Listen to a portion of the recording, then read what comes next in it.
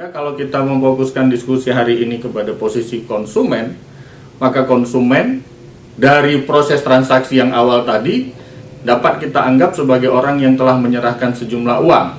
kepada pengembang, yaitu debitur dalam PKPU, di mana penyerahan sejumlah uang tersebut tidak diimbangi dengan suatu jaminan apapun, sehingga status dari tagihan para konsumen tersebut terhadap pengembang yang apabila dalam PKPU disebutlah sebagai tagihan tanpa jaminan, maka status konsumen tersebut dianggap sebagai kreditur konkuren. Sebagai bandingannya, tagihan yang diikuti dengan jaminan kebendaan atau jaminan kebendaan, maka tagihan tersebut dianggap sebagai tagihan separatis, atau pemilik tagihan itu disebut sebagai kreditur separatis. Dalam PKPU ini sesuatu yang menjadi penting, bahwa konsumen yang ditempatkan sebagai suatu kreditur konkuren ini haruslah memperjuangkan haknya. Hak suara yang dimiliki di PKPU tersebut haruslah dijalankan dengan menegakkan kepentingannya atas rencana perdamaian yang disampaikan oleh debitur dalam PKPU, dalam hal ini developer yang menjanjikan akan menyerahkan unit bangunan baik satuan rumah susun maupun landed house sesuai dengan surat pesanan atau perjanjian pengikatan jual beli. Ini menjadi penting karena sebagaimana yang disampaikan oleh Pak Joni tadi, pada saat proses masih berupa PPJB, belum terjadi pengalian hak di depan PPAT, merupakan akte jual beli yang memastikan terjadinya peralihan hak, transfer of rights dari pengembang kepada pembeli, maka kepemilikan atas unit tersebut belum beralih. Sehingga menjadi penting karena apa? Apabila PKPU ini berakhir tidak dengan perdamaian, melainkan berakhir dengan pernyataan pilot pada developer, maka unit yang dijanjikan tersebut tidak lagi mungkin,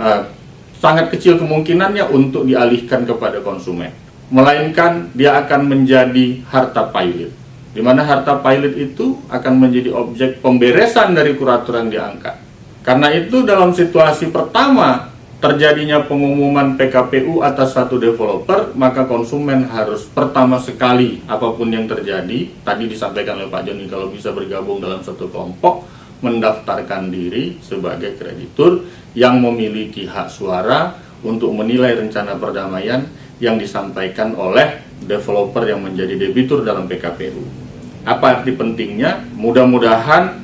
debitur dalam PKPU, dalam hal ini developer Anda, memang sungguh-sungguh mempersiapkan rencana perdamaian, karena apabila tidak menyampaikan rencana perdamaian, serta-merta dia tidak perlu lagi ditunggu akan mendapatkan status atau putusan pernyataan pilot karena tidak mengajukan rencana perdamaian sesuai yang diwajibkan. Sehingga runtutan kejadian yang akan kita hadapi dalam proses PKPU ini adalah di mana debitur dalam PKPU akan mendapatkan persetujuan atas rencana perdamaiannya atau tidak mendapatkan persetujuan dalam rencana perdamaiannya yang menyebabkan dia pilot, atau pada saat pertama sekali hari ke-45 dia akan mendapatkan perpanjangan. Jadi PKPU sementara akan terjadi 45 hari, pada hari ke-45 akan diputuskan apakah mendapatkan perpanjangan, apakah mendapatkan perdamaian atau mendapatkan penolakan perdamaian. Hanya 3 itu saja yang menjadi putusan di hari ke-45 pertama, dan apabila terjadi perpanjangan hanya dapat mendapatkan perpanjangan sampai hari ke-270. Situasi ini bagi konsumen memiliki arti penting, karena bagi konsumen uang yang telah dia serahkan sebagai uang muka, cicilan atau apapun namanya, harusnya dapat diperjuangkan menjadi unit yang sempurna untuk diserahkan secara fisik maupun secara hukum kepada kepemilikan dari si konsumen itu sendiri. Tapi apa yang terjadi? Karena terjadi hambatan, maka akan muncullah satu keadaan di mana developer tidak mampu menyerahkan tepat waktu, sementara developer dalam keadaan harus menyerahkan rencana perdamaian kepada semua pihak yang mendaftarkan tagihannya, dalam kasus-kasus lain bahkan termasuk tagihan kepada negara, untuk dapat menyelesaikan semua termasuk kewajiban kepada konsumen, yang apabila tidak terpenuhi syarat-syarat sesuai ketentuan perundang-undangan, yaitu adanya persetujuan dari kreditur konkuren seperti konsumen tadi, yaitu setengah dari jumlah kreditur konkuren yang minimal mewakili